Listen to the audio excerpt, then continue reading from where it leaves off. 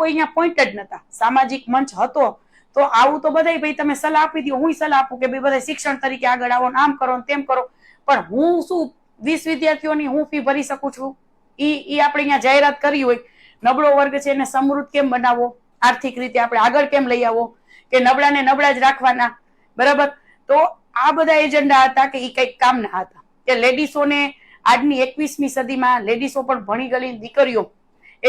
આ લોકોને કઈ ખબર પડતી નથી, વધારે પડતા ભણેલા અથવા તો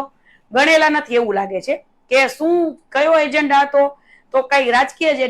એજન્ડા હશે આ લોકોનો, કેમ કે એ ત્યારે કઈ એવું સમાજનું કઈ સમાજને લાભ થાય એવા આ લોકોને કઈ ખબર પડતી નથી, વધારે પડતા ભણેલા અથવા તો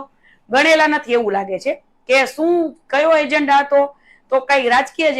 એજન્ડા હશે આ લોકોનો, કેમ કે એ ત્યારે કઈ એવું સમાજનું